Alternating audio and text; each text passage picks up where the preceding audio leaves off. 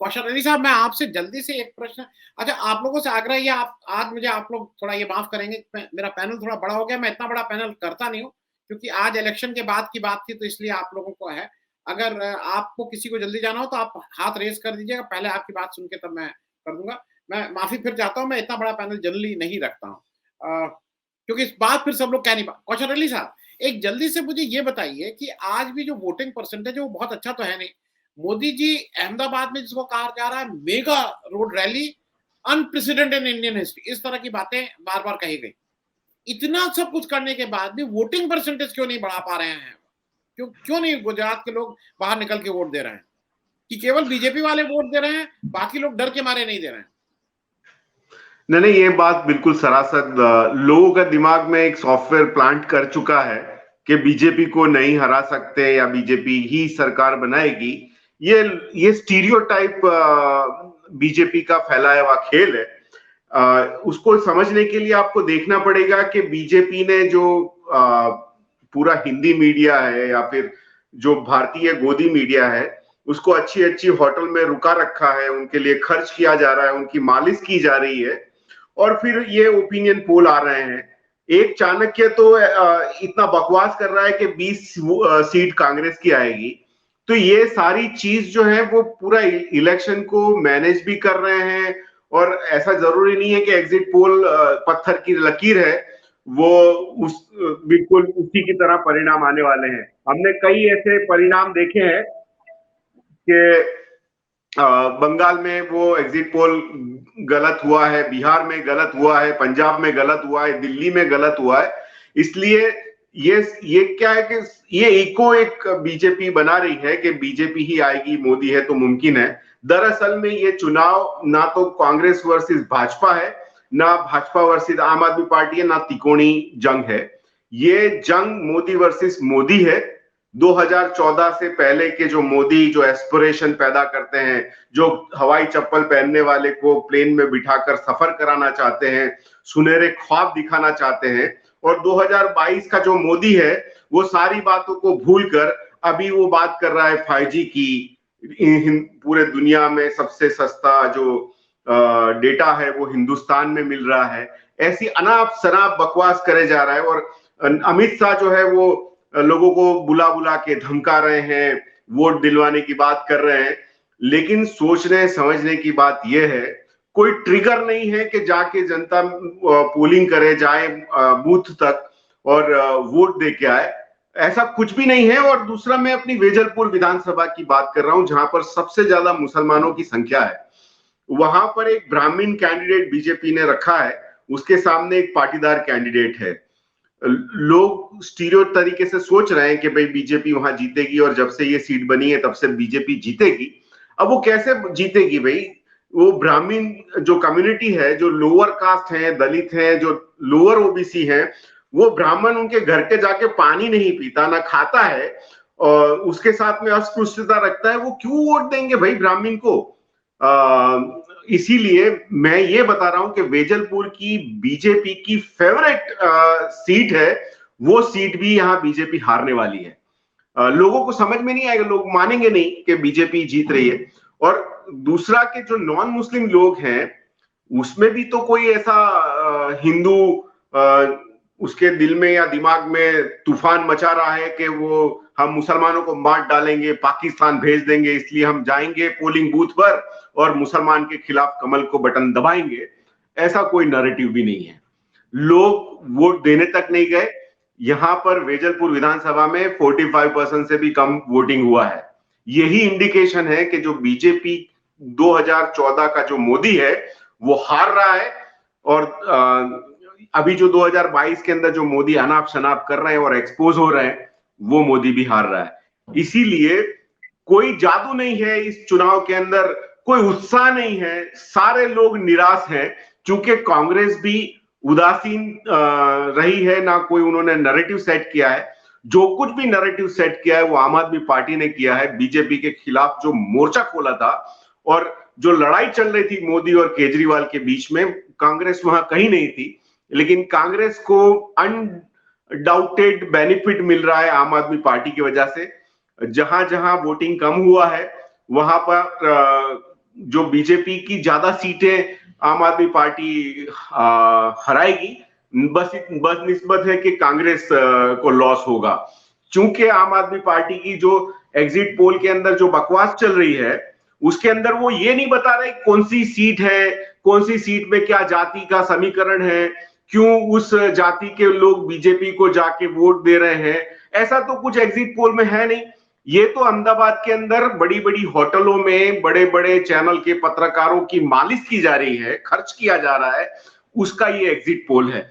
मैं 8 तारीख को ये बताऊंगा कि कांग्रेस का परफॉर्मेंस पिछले 2017 के सामने बढ़ने वाला है। वो नेचुरल है। कई सीट ऐसी हैं जहां पर नॉन मुस्लिम, जहां पर मुस्लिम और नॉन मुस्लिम रहते हैं, वहां नॉन मुस्लिम लोगों ने पोलिंग नहीं किया है, मुसलमानों ने वोट किया है। किसी पैनलिस्ट ने बोला था कि मुस्लिमों का वोट में बिखराव हुआ है, ऐसा कुछ भी नहीं हुआ। आखिरी वक्त में मुस्लिम कॉन्स्टिट्यूएंसी में बाइपोलर चुनाव हुआ है, बीजेपी वर्सेस कांग्रेस, वहां आम आदमी पार्टी का भी हवा नहीं चली है। इसीलिए जो सब लोग नैरेटिव बना रहे हैं, लोगों के दिमाग में वो सॉफ्टवेयर बैठ गया है कि इंदिरा गांधी को कोई नहीं हरा सकता, राजीव गांधी को कोई नहीं हरा सकता, उसी तरह से मोदी को कोई हरा नहीं सकता। मोदी का तिलिस्म 2022 में गुजरात में टूट चुका है। मैं तो गोदी मीडिया को ये बोलना चाह रहा हूं कि आप एमसीडी को भी जिता देते भाई, आप हिमाचल प्रदेश में भी बीजेपी को जिता रहे हैं, गुजरात में 150 सीट ला रहे हैं, तो बता दीजिए ना कि 200 सीट एमसीडी के अंदर भी बीजेपी ला रही है। ये पूरा प्रायोजित एक बकवास चल रहा है चैनल के अंदर, मैं बिल्कुल इसको नकारता हूं। कौशल अली साहब, अब आपके ऊपर सब लोग पूछ रहे हैं कि एक तो ग्राउंड, मैं फिर से वही कहूंगा, क्योंकि रविकांत साहब तो शिक्षक के तौर पे कह रहे हैं 99 के बाद पासिंग मार्क्स हैं, लेकिन जाते समय 112 एमएलए थे जब डिसॉल्व हुई, तो आपके हिसाब से 99 के 112 मोदी जी को क्रॉस क्या करना पड़ेगा अपना सिक्का जमाने के लिए? और दूसरी बात जो रविकांत साहब ने कही, अच्छा, अगर गुजरात की जनता मोदी मींस बीजेपी को 92 प्लस देती है, वो क्यों देगी जब मोरबी का ये कांड हो जाता है, या फिर 120 लोग दारू पीकर, जहरीली शराब पीकर मर जाते हैं, या फिर वो तक्षशिला पे लोग, बच्चे उनके मर जाते हैं, कोरोना में इतने सारे लोग मर जाते हैं, ऑक्सीजन नहीं मिलता है, इतनी किसानों की हालत खराब है, ये सारी कारण, इतनी सारी जो मिसमैनेजमेंट है गुजरात का, कैबिनेट को बदली जाती है, मुख्यमंत्री बदल देते हैं,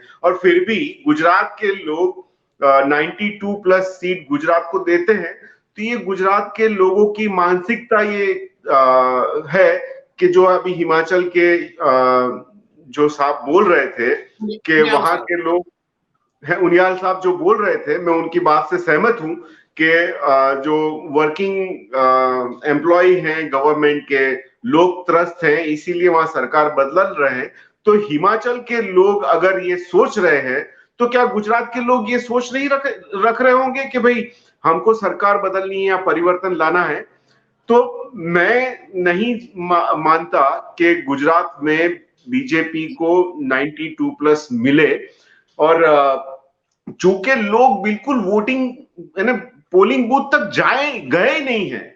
आज देखिए कई विधानसभा सीट में 10-10% का ड्रॉप हुआ है, लोग वोट नहीं करने गए, तो क्या बीजेपी कैसे जीत सकती है?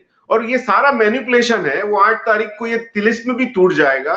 हिमाचल का जो रिजल्ट आएगा, जो ओपिनियन पोल में, फिर भी कई ओपिनियन पोल तो बीजेपी को जिता रहे हैं वहां पर, तो हिमाचल की तरह ही आएगा, क्योंकि लोगों की साइकोलॉजी सेम होती है। अगर परिवर्तन लाना है तो हिमाचल में भी आएगा, तो गुजरात में भी परिवर्तन आएगा। इसीलिए बीजेपी को यहाँ पर 92 प्लस नहीं मिलने जा रहा है। कोई कुछ भी कह ले, मैं इस बात को मानने के लिए तैयार नहीं हूं। और अगर फिर भी आता है तो गुजरात के लोग डिजर्व करते हैं अपने आप पर, फिर कल उठ के उनको कोई आंदोलन करने की जरूरत नहीं है। एलआरडी, जीआरडी, होमगार्ड, सरकारी एम्प्लॉय, किसान, या फिर लेबर यूनियन देख लिए, किसानों का यूनियन देख लीजिए, तो हर आदमी परेशान है। अगर फिर भी जाके लोग बीजेपी को वोट देते हैं, तो फिर वो भुगतेंगे अगले 5 साल तक। जी, मैं साहब आपके पास आ रहा हूं, लेकिन मैं एक और चीज अपने मैं बैक ऑफिस से कहूंगा कि जरा एक आप अपना हमारा ईमेल आईडी फिर से एक बार कर दीजिए, जिससे कुछ लोग जो जुड़ना चाहते हैं या पार्टिसिपेट करना चाहते हैं, अपना मेल आईडी या फोन नंबर उस मेल पे भेज दीजिएगा, हम लोग संपर्क करेंगे आपसे। और कौशल साहब, मैं हंस इसलिए रहा था, मुझे मुझे मुझे आज हंसी आ रही है।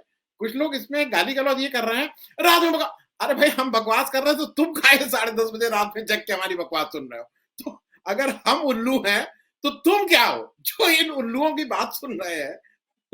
उनको उनको मैं गाली वाली नहीं देता हूं, लेकिन अगर ये 8 उल्लू बैठ के कुछ बात कर रहे हैं तो उस उल्लुओं की बात को जो अब तक सुन रहा है उसको क्या कहा जाएगा? कौशल अली साहब आप कुछ कहेंगे? कौशल अली साहब प्लीज।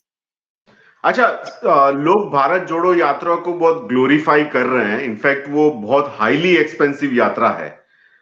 2024 में अगर राहुल गांधी की यात्रा नहीं अगर होती, अभी ये गुजरात से बंगाल भी जाएंगे, 2024 में जैसे पुराने ब्रिटिश गवर्नमेंट को उखाड़ फेंकने के लिए क्रांतिकारियों की फौज तैयार हो गई थी, तो उस दरमियान ब्रिटिश गवर्नमेंट को नाक में दम कर रखा था। मार काट क्रांतिकारी ब्रिटिशर्स का गला उतार रहे थे और ब्रिटिश भागने की तैयारी में थे, और तभी गांधी जी आ गए और शांति की बात करने लगे, और हमारा 4, 5, 6 साल फिर वो फ्रीडम मूवमेंट चलता रहा। अगर ये राहुल गांधी की यात्रा नहीं होती तो वो पुराना तरीके से 24 से पहले एक जमीन तैयार हो जाती क्रांति की, जिसमें अनार्की होती और मारकाट होता और बीजेपी वैसे ही ध्वस्त हो जाती। तो ये हिस्ट्री मुझे तो लग रहा है कि वापस से कॉर्पोरेट्स जो है भारत जोड़ो यात्रा को फंडिंग कर रहा है कि भाई अगर मोदी नहीं संभाल पाए, एनआरकी होगी, बिजनेस खराब होगा, लोग सड़कों पे उतर आएंगे और मारकाट करेंगे। इससे अच्छा है वापस से गांधी को पैदा कर दिया जाए और फिर जो बीजेपी के पास से 2024 में जो सत्ता जाने वाली है वो आराम से चली जाए। मैं अभी का तो नहीं कहूंगा, लेकिन गांधी के बारे में बिल्कुल स्पष्ट कर दूं, बिल्कुल सीधे सीधे, इसमें कहीं कुछ नहीं। भगत सिंह के बाद, क्योंकि भगत सिंह की फांसी लगने से पहले चंद्रशेखर आजाद की शहादत हो चुकी थी। भगत सिंह के बाद कोई बड़ी शहादत जो हुई है वो उधम सिंह ने जाके वहां मारा है। वो क्रांतिकारी मूवमेंट अगर कहते हैं, देखिए ये जो है ये हमारे सो कॉल्ड आरएसएस और बीजेपी वालों का है कि क्रांतिकारी बिल्कुल कर रहे थे। वो क्रांतिकारी कहीं पे भी मुझे, मतलब भगत सिंह की आजादी के बाद ये सारे लोग धीरे धीरे उनके साथ के लोग कांग्रेस में आ रहे थे। जब काला पानी से छूट के आए बटकेश्वर दत्त, तो फिर वो कांग्रेस ज्वाइन किए। मैं ये बात इसलिए कह रहा हूं कि ये उसी तरह की बात है कि ये बहुत फंडिंग कर रही है। जैसे आजकल एक नया चल रहा है, सावरकर साहब अंडमान में रहते थे, गांधी जो था उसको कार लेके जाती थी वो। अरे भाई नहीं, मैं इसलिए कह रहा हूँ कौशल साहब, मैं गांधी को बुरा नहीं कह रहा, मैं गांधी जी को बुरा नहीं बोल रहा जी। मेरा कहना यह है, मैं इसमें कतई बिना किसी के चीज को कम किए, गांधी अगर नहीं होते तो देश अभी 10, 20, 25 साल और दिक्कत होती। नहीं, आपने बोला ना विपक्षों का रीअलाइनमेंट, तो 2024 आते आते वो हो ही जाने वाला है कि बीजेपी के सामने विपक्षों का एक सिंगल कैंडिडेट, ये होने ही वाला, ये नेचुरल प्रोसेस है जो भारत जोड़ो यात्रा को भी देखा जाए। आपको लगता है ये हो जाएगा? हाँ, ये करना ही पड़ेगा। नहीं, मैं क्यों होगा, मैं यही बता रहा हूं। 2024 तक अगर विपक्ष यूनाइट नहीं हुआ तो देश में बगावत होने वाली है। इतनी बेरोजगारी का मसला है, महंगाई है, लोगों को लाइवलीहुड चलाने का प्रॉब्लम है, लोग सड़कों पे उतरेंगे। इसीलिए कॉर्पोरेट्स अदानी और अंबानी विपक्ष को बोलेगा आपको एक ही कैंडिडेट खड़ा रखना पड़ेगा। ये नेचुरल प्रोसेस है, ये क्रॉनिक कैपिटलिज्म का नमूना बनेगा। ये कोई गरीब जनता, कुछ सरकार या विपक्ष के लोगों को एक करेगी नहीं। अदानी अंबानी कहेंगे विपक्ष को कि आपको मोदी के सामने एक कैंडिडेट खड़ा करना है। जी।